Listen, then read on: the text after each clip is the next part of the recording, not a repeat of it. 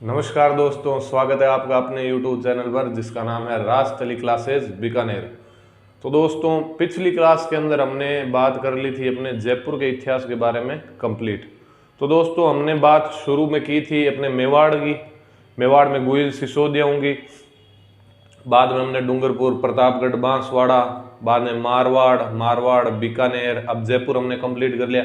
आज दोस्तों हम शुरू करते हैं अपने चौहान वंश के बारे में। ठीक है, तो राजस्थान में चौहान वंश की शाखाएं कहाँ कहाँ पर थी। पहले तो सबसे पहले हम सांबर, जिसे शाकंबरी भी कहते हैं, वहाँ के चौहानों की बात करेंगे। बाद में हमने बात की कोटा बूंदी के अंदर भी हाड़ा चौहान थे, उन कोटा बूंदी की भी हम बात करेंगे। ठीक है, तो आज दोस्तों हम शुरू कर रहे हैं अपना चौहान वंश। तो चौहान वंश के अंदर आप सबसे पहले हम चौहान वंश की उत्पत्ति के बारे में दोस्तों इतिहास करोगे, अलग अलग मत है, कोई भी एक मत पर नहीं है। कोई कहते हैं ये सूर्यवंशी है, कोई कहते हैं अग्निकुंड से इनका उत्पत्ति मानी जाती है, कोई कहते हैं ब्राह्मण है, कोई कहते हैं गुज्जर है, कोई कहते हैं विदेशी है। तो इनका कोई एक मत नहीं। इतिहासकार इस बात के अंदर एक मत कतई नहीं है कि चौहान किससे, हम ऐसे नहीं कह सकते चौहान, ऐसा क्वेश्चन कभी नहीं आएगा चौहान की उत्पत्ति किससे हुई है, ऐसा कभी नहीं आएगा। आपको किसी ना किसी इतिहासकार का नाम दिया जाएगा कि इस इतिहासकार के अनुसार चौहानों की उत्पत्ति किससे हुई, क्योंकि सब इतिहासकारों का अलग अलग मत है। तो कौन कौन से इतिहासकारों का क्या क्या मत है, इसकी हमें लिस्ट बनानी पड़ेगी और आप उसको याद करना। तो हम बात कर रहे हैं आज दोस्तों चौहान वंश की। चौहान वंश, चौहान को कहीं कहीं चाहमान भी कहते हैं। चाहमान से ये चौहान हो गया, ठीक है ना। पहले चाहमान था, बाद में चाहमान बोलने में थोड़ा धीरे धीरे ये क्या हो गया, जैसे राष्ट्रकूट का राठौड़ हुआ था, ठीक है, वैसे ही आपके चाहमान का चौहान हो गया। तो अपने लिखे दोस्तों, चौहानों की उत्पत्ति अग्निकुंड सिद्धांत से कौन कौन से मानते हैं, लिखिए। पहला आधार हम लिखेंगे अग्निकुंड से उत्पत्ति, अग्निकुंड से उत्पत्ति।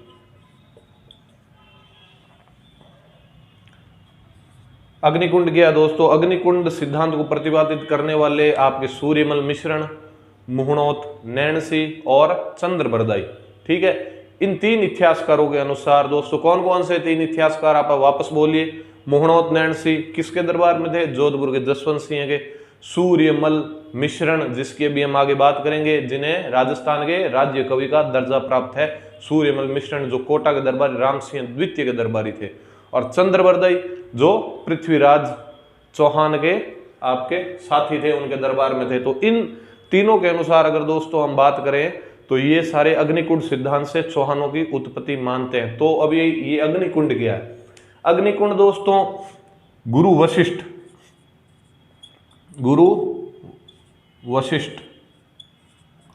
राम भगवान के गुरु थे, प्रभु श्री राम के अपने गुरु कौन थे, प्रभु श्री राम के गुरु कौन थे, आपके गुरु वशिष्ठ थे। तो इस अग्निकुंड सिद्धांत के अनुसार दोस्तों क्या मान्यता है कि गुरु वशिष्ठ ने आबू पर्वत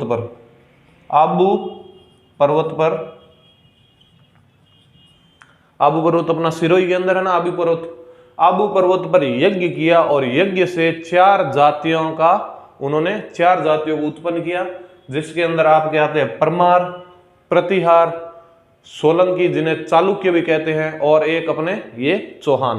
तो इन चार जातियों की उत्पत्ति अग्निकुंड सिद्धांत से मानी जाती है। ठीक है, अब कौन कौन से इतिहासकार हमने बात कर ली, उनकी लिखेंगे। तो आप समझ गए, एक गुरु वशिष्ठ ने आबू पर्वत पर एक यज्ञ किया है और इस यज्ञ से क्या हुई है, ये यज्ञ कुंड है और इनसे भाई चार आपके जातियों की उत्पत्ति हो गई है। ठीक है, गुरु वशिष्ठ ने यज्ञ किया आबू पर्वत पर, और चार कौन कौन से है ये हम बात लिखते हैं। तो चंद्रबरदाई, सूर्यमल मिश्रण और आपके मुहणोत, नैणसी के अनुसार तो अग्निकुंड से चौहानों को क्या हुई है, उत्पत्ति हुई है।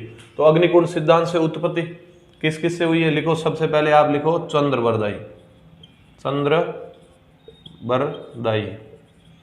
चंद्रबरदाई जी मानते हैं कि चौहानों की उत्पत्ति अग्निकुंड से हुई है।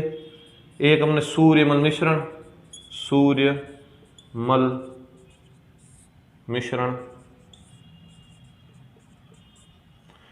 मिश्रण और आपके मुहणोत, नैणसी। आपको पूछ ले मूणोद नैणसी के अनुसार चौहानों की उत्पत्ति या सूर्यमल मिश्रण या चंद्र बरदाई के आंसर, तो अग्निकुंड आपका आंसर होगा। ठीक है ना। तो लिखे इन इतिहासकारों के अनुसार गुरु वशिष्ठ ने आबू पर्वत पर यज्ञ कर 4 जातियों की उत्पत्ति की। ठीक है, 4 जातियां कौन कौन सी है दोस्तों? एक तो आप लिखे परमार, प्रतिहार, चालुक्य, चालुक्य क्या कहते हैं? सोलंकी भी कहते हैं, सोलंकी और अपने चौहान। ठीक है। कुछ इतिहासकार जैसे हैं कर्नल जेम्स टोड है, colonel James Tod, William Cook और स्मिथ के अनुसार ये जो यज्ञ था, इस यज्ञ के अनुसार उन्होंने कहा ना तो इस यज्ञ से कोई उत्पत्ति नहीं हुई है, इस यज्ञ से क्या है, कुछ विदेशी जातियों को हिंदू धर्म के अंदर दीक्षा दे दी गई है। जैसे मान लो कोई दूसरे धर्म के थे, उन 4 जातियों के लोगों को गुरु वशिष्ठ ने आबू पर यज्ञ कर कर उनको हिंदू धर्म में आपके दीक्षा दे दी और वो हिंदू बन गए।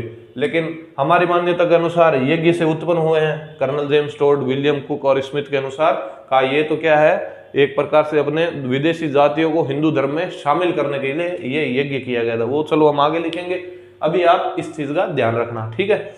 तो ये तो अग्निकुंड सिद्धांत हो गया कि अग्निकुंड सिद्धांत के अनुसार कौन कौन इतिहासकार मानते हैं कि चौहानों की उत्पत्ति इससे हुई है और क्या अग्निकुंड सिद्धांत था, ये भी हमने बात कर ली। अब चौहानों को दोस्तों कुछ इतिहासकार है वो सूर्यवंशी मानते हैं। क्या मानते हैं? सूर्यवंशी। अब कौन कौन से इतिहासकार है जो चौहानों की उत्पत्ति सूर्यवंशी से मानते हैं कि ये तो सूर्यवंशी चौहान है, सूर्यवंशी चंद्रवंशी हम मानते हैं ना। प्रभु श्री राम की हमने बात की थी कि मेवाड़ के जो राणा है वो सभी सूर्यवंशी है। ठीक है। जैसे हम बात करेंगे अपने भरतपुर के और जैसलमेर के भाटी, ये चंद्रवंशी मानते हैं खुद को। ठीक है। तो चौहानों की उत्पत्ति आपके सूर्यवंशी से किस किसने मानी है, ये लिख लीजिए आप। जयानक,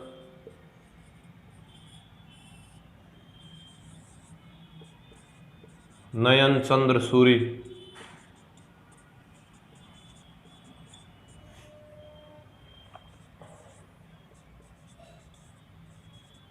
जोधराज, या कोई कोई इसको सारंगधर भी कहते हैं, सारंगधर भी इसको कहा जाता है, इसका दूसरा ही नाम है। और एक अपने बड़े ही प्रसिद्ध इतिहासकार गौरीशंकर, हीराचंद ओझा, हीराचंद ओझा। हमने बात की कौन से गांव के, ये रोहिड़ा गांव, सिरोही। ठीक है। इन्होंने अपने बुक, इनकी बुक थी राजस्थान का इतिहास, जिसके अंदर इन्होंने दूसरा भाग है जो दुर्गादास राठौड़ को क्या है समर्पित किया है। तो इन 4 इतिहासकारों के अनुसार भाई चौहानों की उत्पत्ति किससे हुई है? सूर्यवंशी हुई है। किस? तो दोस्तों ये क्वेश्चन आपको याद करने हैं, पूछे जाते हैं पेपर के अंदर। ठीक है। तो ये 4 है जो सूर्यवंशी मानते हैं इनको। ठीक है। ये लिख लीजिए भाई इनका नाम। तो सूर्यवंशी सिद्धांत ये है। यही पूछा जाएगा आपसे कि कौन से इतिहासकार है जो चौहानों की उत्पत्ति सूर्यवंशी मानते हैं या सूर्यवंशी उनको निर्धारित किया जाता है। तो ये ऑप्शन में 4 नाम आए तो वही सही उत्तर होगा।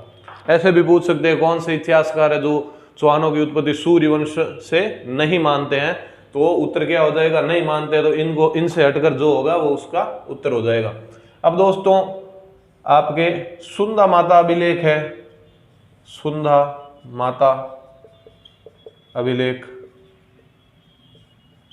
सुंदा माता का मंदिर अपने भीनमाल जालोर के अंदर है ना, सुंदा माता का मंदिर। तो सुंदा माता के मंदिर में जहां पर वो अभिलेख बना हुआ है, वहां मानते हैं कि चौहानों की उत्पत्ति आपके गुरु वशिष्ठ की आंख से हुई है। किससे हुई है?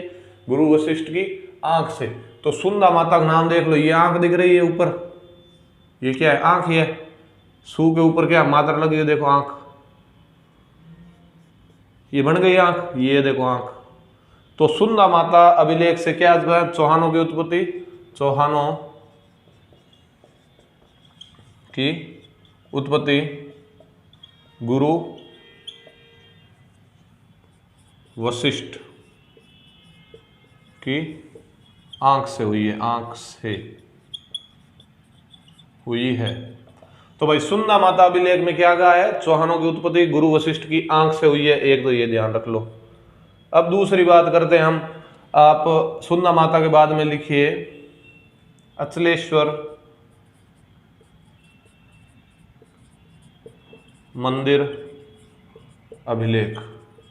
अचलेश्वर मंदिर आपके सिरोही के अंदर है दोस्तों, ठीक है, महादेव जी का मंदिर है। अचलेश्वर मंदिर के अंदर माना गया है कि चौहान क्या है? चंद्रवंशी है। क्या माना गया है? चंद्रवंशी। चौहानों को क्या माना गया है दोस्तों? चंद्रवंशी माना गया है। तो यहां पे भी देख लो, सब इतिहासकार अलग अलग बता रहे हैं। William Cook, Smith, Tod. William Cook, Smith व टोड ये सभी क्या मानते हैं? कि ये विदेशी हैं। क्या है? विदेशी। क्या मानते हैं भाई? विदेशी मानते हैं, ठीक है। जैसे मैंने भी आपको बताया उस समय कि इनका मानना क्या है कि उस गुरु वशिष्ठ ने जो आबू पर्वत पर यज्ञ किया था, उससे दूसरी जितनी भी जातियां हैं उनको क्या है? हिंदू धर्म के अंदर उनको दीक्षा दी गई थी, ना कि वो यज्ञ से उत्पन्न हुए हैं, ठीक है। तो विलियम कुक तो एक प्रकार से मानते हैं आपके कि ये तो भाई हूण थे। क्या थे? हूण। हूण की हमने पहले बात कर रखी है। हूण, मेवाड़ के किस राजा ने हूण राजकुमारी हरिया देवी से विवाह किया था? अल्लट ने। तो हम मानते हैं हूण भाई क्या है? विदेशी है, जिन्होंने हर हर महादेव का नारा प्रसिद्ध किया। तो हूण हम मानते हैं हूण भाई विदेशी है, ठीक है। तो इनके अनुसार तो है तो विदेशी, इन्होंने कहा है भाई हूण जाति है, ठीक है। और आपके स्मिथ और टोट ने है ना शक, जिन्हें कहीं कहीं सीथियन भी कहते हैं, सीथियन। इन स्मिथ और टोट के अनुसार भी विदेशी है, लेकिन ये कह रहे हैं हूण नहीं, ये शक और सीथियन जाति। शक देखो मध्य एशिया की क्या एक बर्बर जाति है, ठीक है। शक हम प्राचीन भारत के अंदर बात करेंगे तो हम पढ़ेंगे रुद्र प्रताप शक, शकों का आक्रमण होगा आपके जब आपके चंद्रगुप्त सेकंड के समय, अबला उसकी हम सारे बात करेंगे भारतीय इतिहास के अंदर। तो शक जाति से उत्पन्न कौन मानते हैं दोस्तों? अपने स्मिथ और टोड ने क्या कहा है? स्मिथ और टोड के अनुसार आपके ये विदेशी है, शक और सीथियन जाति से चौहानों की उत्पत्ति हुई है, ठीक है। तो ये तो हो गया विदेशी। विदेशी मानने वाले कौन है? विदेशी मानने वाले साले विदेश है। विदेशी मानने वाले कौन है? सारे विदेशी है। देख लो, टोड विदेशी, टोड स्कॉटलैंड इंग्लैंड का है, ये स्मिथ इंग्लैंड का, विलियम कुक वहां का ही है। तो ये तीनों ही विदेशी है। और ये क्या कह रहे हैं? हम विदेशी, चौहान भी विदेशी, हम विदेशी, चौहान भी विदेशी, ठीक है। तो इन्होंने तो भाई कह दिया कि ये विदेशी है, तो विदेशी वाला मत इन तीनों का है, ठीक है। और अगर बात की जाए दोस्तों तो डॉक्टर D.R. भंडारकर है, जिन्होंने कहा है ये तो भाई गुज्जर प्रतिहारों के ही वंशज है। क्या कहा है? गुज्जर प्रतिहारों के ही वंशज माना गया है। लिख लीजिए D.R. भंडारकर,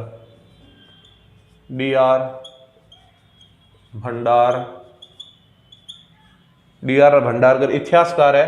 इन्होंने कहा है चौहान पहले प्रतिहारों के सेवक थे और इन्होंने उत्पत्ति मान ली भाई प्रतिहार, गुज्जर प्रतिहार। हम पढ़ेंगे आगे वंश। गुज्जर क्या थे? प्रतिहार, गुज्जर प्रतिहार, गुज्जरों से उत्पत्ति मानी है। किसने? D.R. भंडारकर ने। किससे मानी है? गुज्जरों की, ठीक है। तो भाई राजपूत और चौहान, राजपूत और चौहान, तो भाई ये चौहान राजपूतों के अंदर ही आते हैं। तो लेकिन इन्होंने चौहानों को तो कहा है गुज्जर, और कुछ राजपूतों की उत्पत्ति डीआर भंडारकर ने ब्राह्मण वंश से भी मानी है, ठीक है ना। तो डीआर भंडारकर ने चौहानों को तो बताया है, गुज्जर और दूसरे भी बहुत है, अभी हमने कितनी जातियां पढ़ी है, सिसोदिया, राठौड़, ठीक है। तो उनकी कुछ होगी डीआर भंडारकर ने ब्राह्मण भी मानी है, ठीक है। तो भाई अभी हम चौहानों की बात कर रहे हैं, तो चौहानों को तो भाई साहब क्या माना है, गुज्जरों के सेवक माना था, और यही आगे जाकर क्या है, चौहान कहलाने लग गए। तो ये क्या कहते हैं कि ये तो गुज्जरों के ही वंशज है, डीआर भंडारकर के अनुसार तो आपके ये बात होगी। और अभी ब्राह्मण कौन मानते हैं देखते हैं हम, देखो बिजोलिया शिलालेख है, बिजोलिया शिलालेख,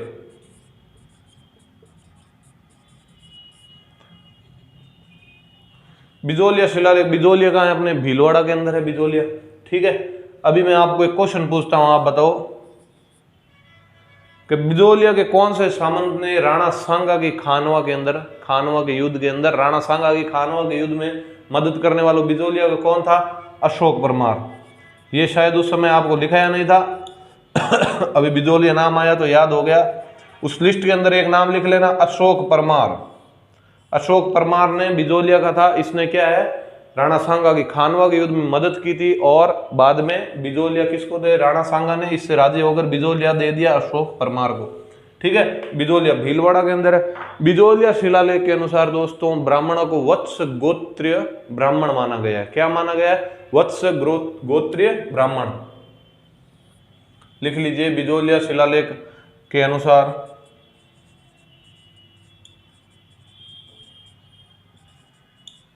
चौहानों की उत्पत्ति वत्स गोत्रीय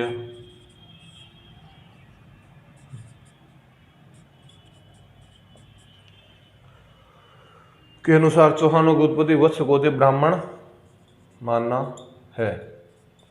तो भाई ब्राह्मण किस अभिलेख के अनुसार चौहानों को ब्राह्मण माना है, तो बिजोलिया शिलालेख, बहुत बार पेपरों के अंदर आ चुका है, इंपॉर्टेंट है ये, बहुत सारे पेपरों के अंदर आप देखोगे तो आपको ये क्वेश्चन तो मिल ही जाएगा, ठीक है। तो बिजोलिया शिलालेख के अनुसार चौहानों की उत्पत्ति क्या मानी गई है, वत्स गोत्रीय ब्राह्मण माना गया है, और इसका समर्थन किसने किया है, ब्राह्मण माना गया है। तो एक ब्राह्मण ने इसका समर्थन कर लिया, हाँ भाई ब्राह्मण ही थे, दशरथ शर्मा। इन दशरथ शर्मा ने कह दिया भाई हम शर्मा, तो चौहान भी ब्राह्मण है, यही शर्मा है अपने, इसने क्या है, बिजोलिया शिलालेख का क्या है, समर्थन किया है आपके दशरथ शर्मा ने। तो बिजोलिया शिलालेख से हमें बहुत सी बातों का ध्यान रखना है। बिजोलिया शिलालेख लिखने वाला आपका कौन था, गुणभद्र। बिजोलिया शिलालेख के लेखक कौन थे, लिखने वाला, शिलालेख लिखने वाला गुणभद्र। राजस्थान के सभी राज्यों के पुराने नाम इस बिजोलिया शिलालेख के अंदर पता है, जैसे जालोर का जबालीपुर, इन सब के नाम अपने पुराने नाम किस में मिलते हैं, वो सारे हम कर लेंगे, अभी आप टेंशन लेने की जरूरत नहीं है। अभिलेख जब हम लिखेंगे तो ये सारी बात कर लेंगे। तो आप लिखिए, इस बिजोलिया शिलालेख के अनुसार उन्होंने ब्राह्मण वंशीय माना है, दशरथ शर्मा ने इसका समर्थन किया है। बिजोलिया शिलालेख के अनुसार दोस्तों 551 ईस्वी के अंदर, 551 ईस्वी के अंदर एक आदमी चौहानों का, जिसका नाम था वासुदेव चौहान, वासुदेव चौहान, इसने सांबर के आसपास वाला क्षेत्र था वो और जीत लिया था इसने, और यहां पर चौहानों की इसने क्या डाल दी, राजस्थान के अंदर चौहान वंश की संस्थापक माना जाता है इसको, ठीक है, चौहानों का संस्थापक माना जाता है। 551 के अंदर इसने सांबर के आसपास वाले क्षेत्र को जीतकर चौहानों की शाखा डाल दी, अपने अजमेर के चौहान या अपने शाकंबरी के चौहान जिनको कहा जाता है, ठीक है। तो ये लिख लीजिए। बिजोलिया शिलालेख की बात कर रहे हैं हम, लिख लो चलो, बिजोलिया शिलालेख के अनुसार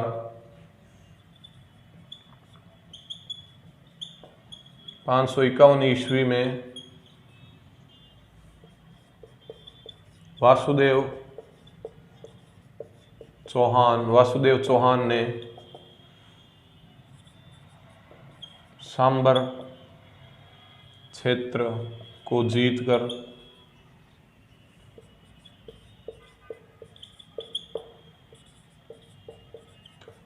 चौहान वंश की स्थापना की। तो चौहान वंश का संस्थापक कौन है भाई? संस्थापक पूछ ले, संस्थापक। चौहान वंश का संस्थापक कौन है भाई? वासुदेव चौहान। वासुदेव चौहान है, ये क्या है? चौहानों का संस्थापक है, ठीक है ना। अभी हम बात करेंगे अपने सांबर या अजमेर के चौहानों की, ठीक है। तो इसने क्या है, सांबर वाला क्षेत्र जीतकर वासुदेव चौहान ने सांबर झील का निर्माण कराया। इसने सांबर झील का निर्माण करवाया। अब सांबर के दोस्तों कुछ प्राचीन नाम भी है। सांबर के कुछ प्राचीन नाम है जिसके अंदर हम बात करेंगे आपके संपाद लक्ष भी कहते हैं, सांबर कहते हैं, संपाद लक्ष। सांबर का एक दूसरा नाम क्या है? संपाद लक्ष, शाकंबरी। सांबर को और क्या क्या कहते हैं, लिख लो भाई। सांबर को संपाद लक्ष भी कहते हैं, संपाद लक्ष या शाकंबरी, शाकंबरी। शाकंबरी माता भी अपने, ठीक है, जिन्होंने अकाल के अंदर, इनका नाम शाकंबरी क्यों पड़ा है दोस्तों? इन्होंने अकाल के अंदर अपने अन्न फल फूल दिए थे, इसलिए इनको क्या, शाकंबरी माता इनको कहा जाता है, ठीक है। तो सांबर को संपाद लक्ष भी कहते हैं, शाकंबरी भी कहते हैं, ठीक है। तो ये बात हो गई इनके प्राचीन नाम की। अब चौहान दोस्तों ये सांबर के अंदर आए ना, तो इनसे पहले चौहान जांगल प्रदेश के क्षेत्र में, कहा जाता है कि जांगल प्रदेश के क्षेत्र से चौहानों की उत्पत्ति हुई है। पहले ये जांगल प्रदेश जो अपना उत्तरी जोधपुर है, बीकानेर का आसपास वाला क्षेत्र, उसको जांगल प्रदेश कहते हैं, हमने बात की। तो इन चौहान क्या है, पहले जांगल प्रदेश के आसपास रहने माना जाता है। और चौहानों की आपके राजधानी थी अहिछत्रपुर नागौर। अहिछत्रपुर उनकी क्या थी? नागौर राजधानी थी। तो आप लिख लिए चौहान प्रारंभ में जांगल प्रदेश के क्षेत्र में राज करते थे। और इनकी राजधानी क्या थी दोस्तों? राजधानी अहिछत्रपुर। जो अहिछत्रपुर वर्तमान में अपने कहाँ आता है? नागौर जिले के अंदर ये अहिछत्रपुर आता है, ठीक है। तो आपको पूछ ले चौहानों की प्रारंभिक राजधानी क्या थी? बाद में तो इन्होंने राजधानी सांबर बना ली वासुदेव चौहान ने। प्रारंभिक राजधानी क्या, क्वेश्चन पूछ ले अब, चौहानों की प्रारंभिक राजधानी पूछ ले तो आप उत्तर क्या दोगे दोस्तों? ये अहिछत्रपुर क्या है? चौहानों की प्रारंभिक राजधानी मानी जाती है, ठीक है।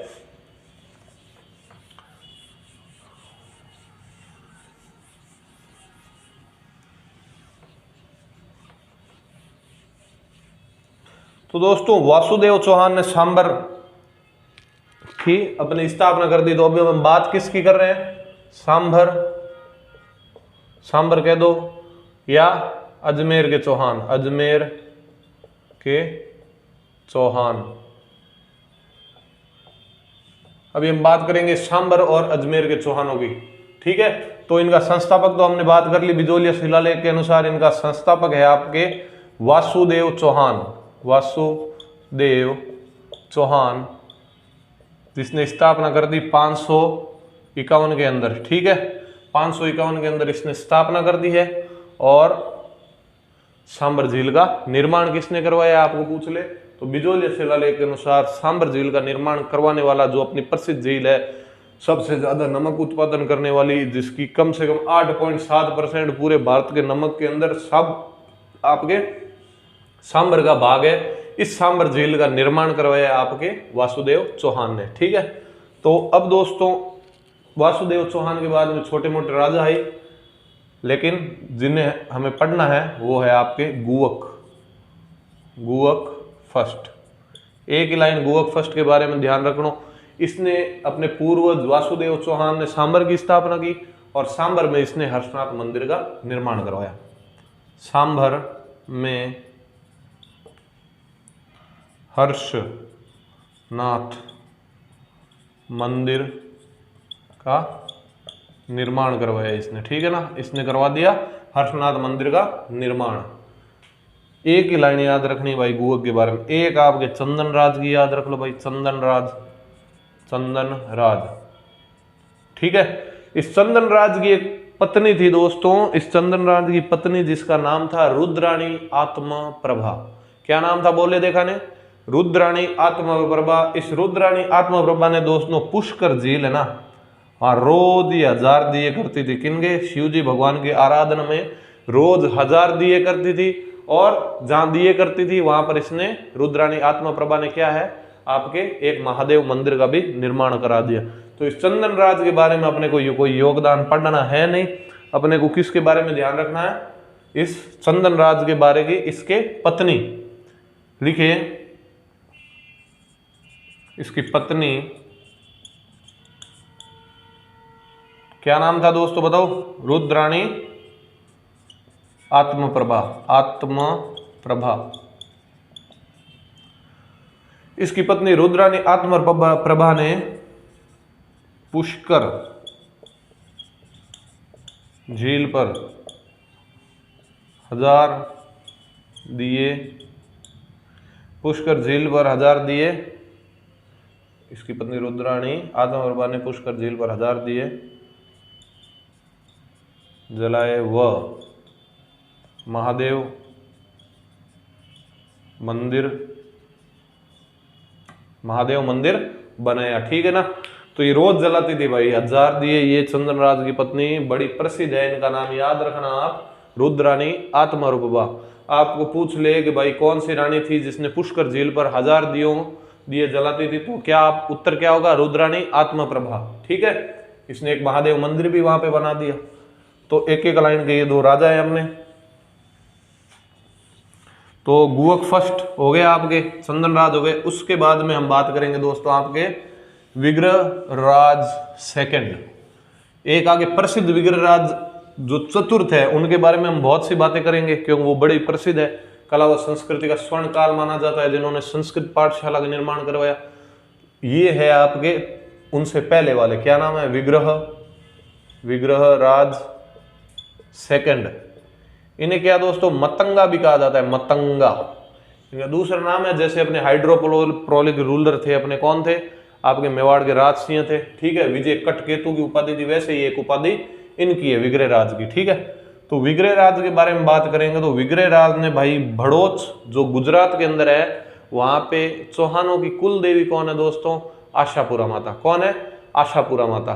तो आशापुरा माता का मंदिर इन्होंने बनाया, जो मुख्य पीठ है। अपने राजस्थान के अंदर भी है, देखो जालोर के अंदर है आशापुरा माता का मंदिर, और आपके नाडोल पाली के अंदर है, ठीक है। लेकिन जो मुख्य पीठ है ना आशापुरा माता का, वो कहाँ है, भड़ोच आपके जो गुजरात के अंदर। तो वो मंदिर बनाने वाला ये अपने मतंगा विग्रह राज सेकंड। इसने क्या किया, इसने भड़ोच जो वर्तमान में कहाँ है, गुजरात, भड़ोच, इसने भड़ोच में कुल देवी आशापुरा माता का मंदिर बनाया। तो ये भाई मंदिर बनाने के लिए गुजरात गया हुआ था, ठीक है। कहाँ गया था, गुजरात। तो गुजरात गए, अहिल पाटन है गुजरात के अंदर। तो गुजरात के एक शासक था मूलराज फर्स्ट, उसके साथ इसकी थोड़ी अनबन हो गई। तो इसने कहा भाई लो, इसने उसे भी बुरी तरीके से पराजित कर दिया। तो ये इसका युद्ध थोड़ा प्रसिद्ध है, आप ध्यान रखना इस युद्ध को, आपको पूछ सकते हैं। इनके जो दोस्तों ऐसे आते हैं क्वेश्चन, जैसे अभी पिछले पेपर में मैंने एक बार पढ़ा कि इसमें ऐसे आ जाए कि कौन सा कथन सत्य है। इनके बारे में क्या है, ये बड़े राजा नहीं है, इनकी एक एक लाइन होगी तो इनके बारे में पूछे कौन सा कथन सत्य है, आपको कह देंगे भाई गुहक फर्स्ट ने अहिल पाटन के शासक मूलराज प्रथम को पराजित किया, और लिख देंगे आपके विग्रहराज द्वितीय ने सांबर झील का निर्माण करवाया, तो इनमें से कौन सा सही है, तो उसमें से आपको भाई ए गलत, बी भी गलत, सी देखो कौन सा ऑप्शन है, तो इनका ध्यान रखना, ठीक है ना। मूलराज फर्स्ट को पराजित करने वाला कौन है, मूलराज प्रथम को पराजित करने वाला आपके विग्रहराज सेकंड है, ठीक है ना। इसने अहिल पाटन भी आपके गुजरात के अंदर है, ठीक है ना। अहिल पाटन के शासक मूलराज फर्स्ट को क्या किया भाई, पराजित किया। इसने क्या किया दोस्तों, मूलराज आपके पराजित कर दिया। मूलराज जो कहां का शासक था, अहिल पाटन गुजरात का शासक था आपके।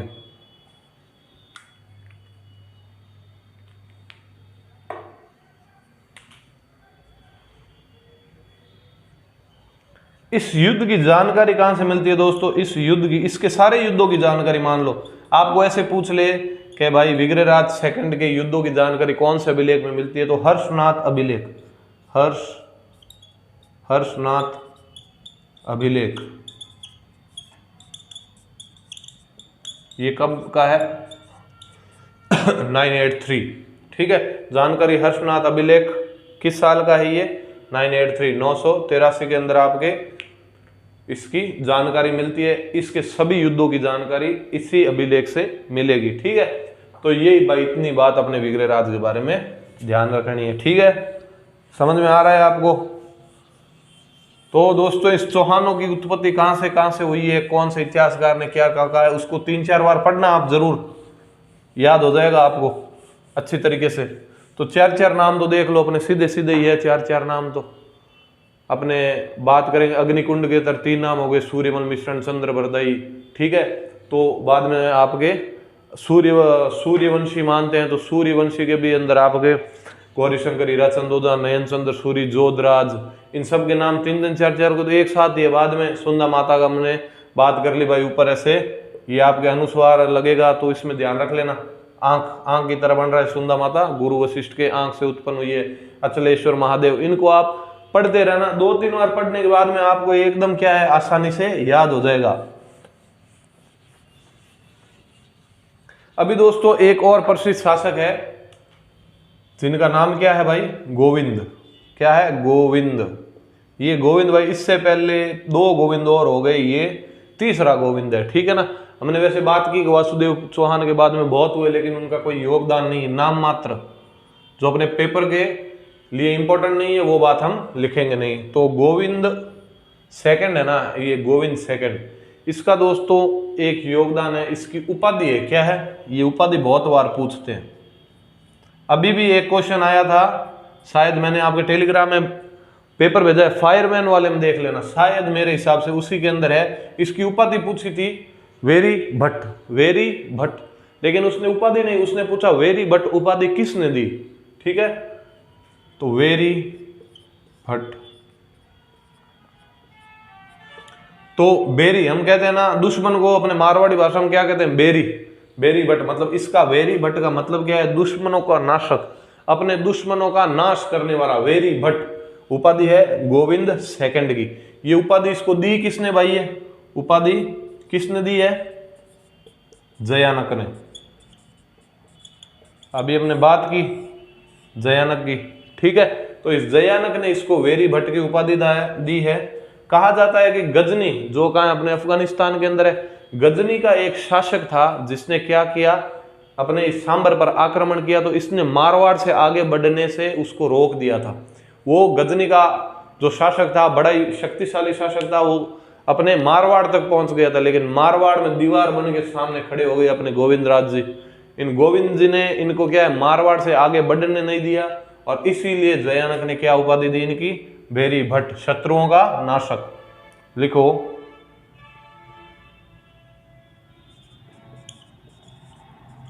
गोविंद ने गजनी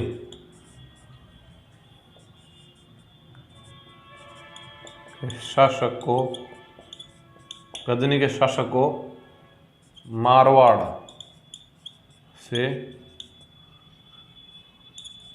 आगे बढ़ने से रोका।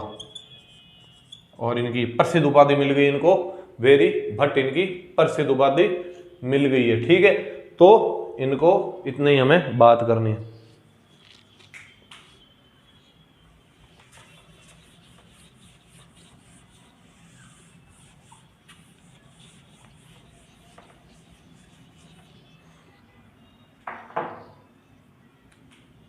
अगले शासक दोस्तों अपने अजय राज चौहान। अजय राज चौहान।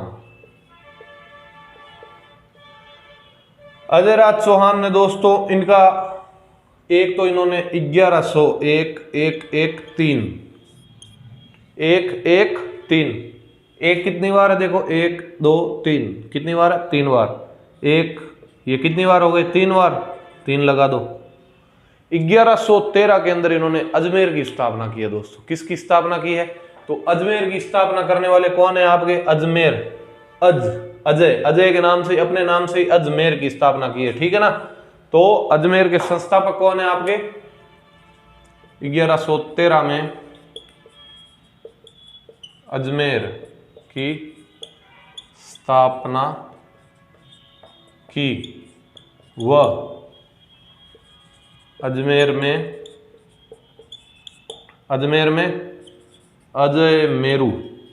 अजय मेरू दुर्ग बनाया। यह अजय मेरू दुर्ग कौन सा है, अपने तारागढ़, अपने तारागढ़ वाला है ना, तारागढ़ अजमेर। अभी पहले इसका नाम क्या था, अजय मेरू दुर्ग था। हमने बात की थी, अब जब हम मेवाड़ का इतिहास पढ़ रहे थे दोस्तों, तो हमने बात की थी उड़ना राजकुमार पृथ्वीराज सिसोदिया थे। ठीक है, उनका विवाह हुआ था ना आपने टोडा के शासक सुल्तान की, इनकी पत्नी थी तारा। तो वो तारा है ना, तारा जाकर हमने बात की थी, तारा जाकर कहाँ रहने लग गई, तारागढ़ के अंदर, आपके अजय मेरू के अंदर। इसलिए उस तारा के नाम पर बाद में नाम क्या पड़ गया, तारागढ़। ठीक है, तो पहले इसका नाम अजय मेरू था। इसकी स्थापना अजय राज ने 1113 में की है। ठीक है दोस्तों, तो आगे अगली वीडियो के अंदर हम अजय राज चौहान के बारे में आगे बात करेंगे। और दोस्तों अगर आपको वीडियो उपयोगी लग रही है तो इसको ज़्यादा से ज़्यादा शेयर करते रहिए, वीडियो को लाइक करते रहिए, चैनल को बढ़ाते रहिए। मिलते हैं दोस्तों अपनी अगली वीडियो के अंदर, जहां हम इससे आगे बात करेंगे।